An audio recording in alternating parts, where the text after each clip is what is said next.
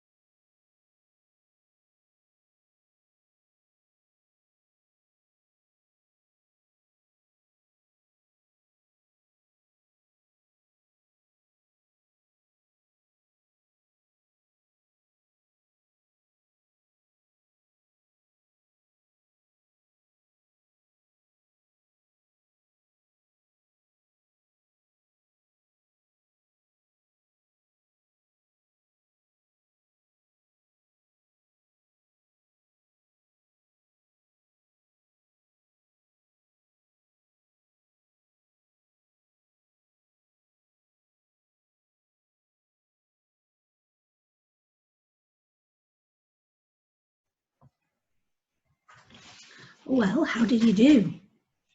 Isn't it strange how things that you'd recognise so easily when you see them every day, when you see the big picture, look so different when you see them from a different angle? And sometimes other things, when you look at them, they're not quite what you thought they were. Or are they? Strange. Some good pictures there, weren't there?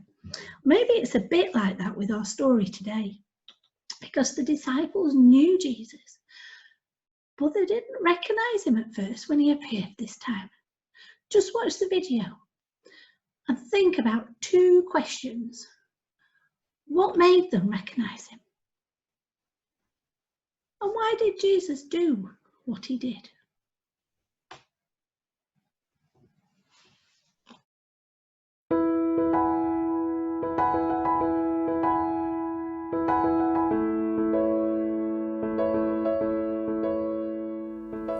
We'd been out all night fishing and we'd caught nothing, not one fish.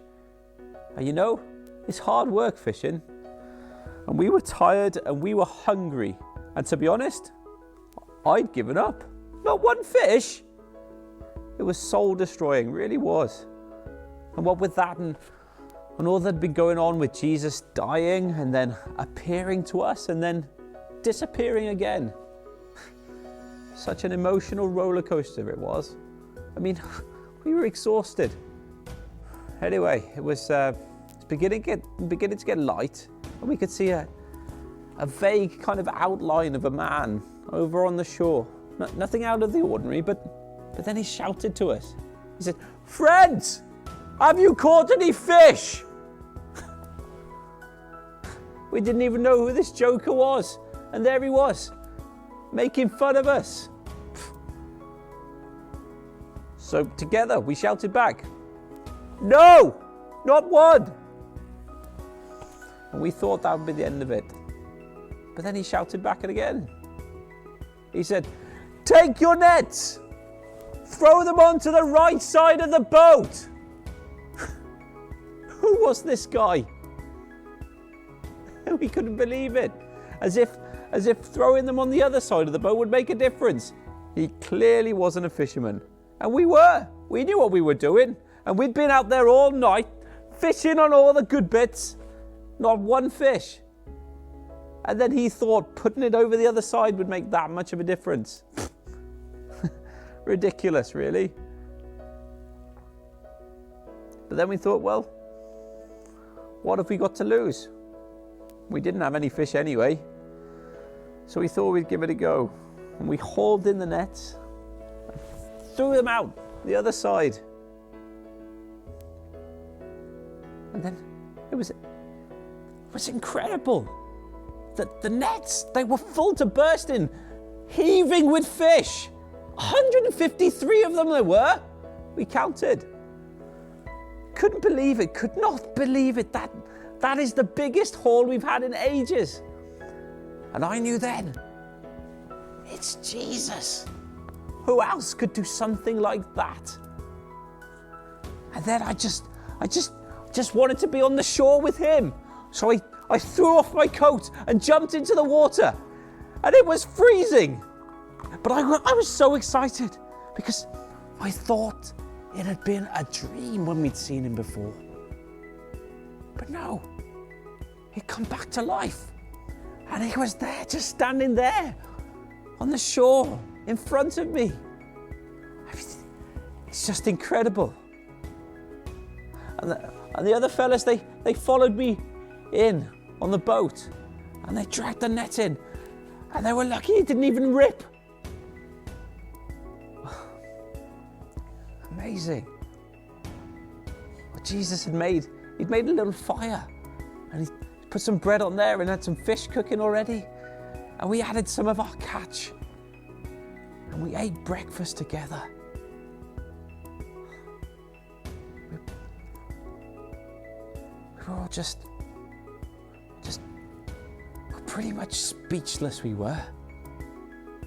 I mean, how amazing is Jesus?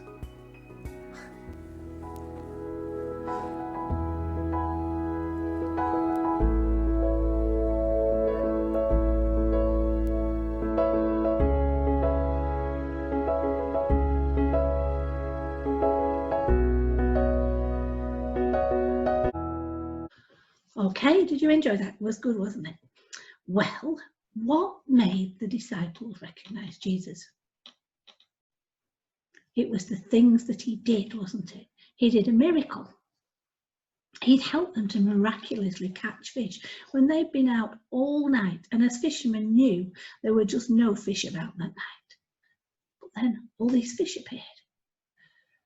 So when that happened, they thought it was impossible that these fish could suddenly appear. And then they realized it was Jesus on the shore and it was a miracle. So they knew him and they recognized him by his actions. So why did Jesus do it? Well, he did it because he loved them, because he cared for them. He knew they were fed up and possibly that they needed fish because they were hungry. And he'd actually made a fire for them, which would be lovely to warm them up after they've been on the boat all night. And he's already cooking some fish for them to eat. I wonder where he got those fish from.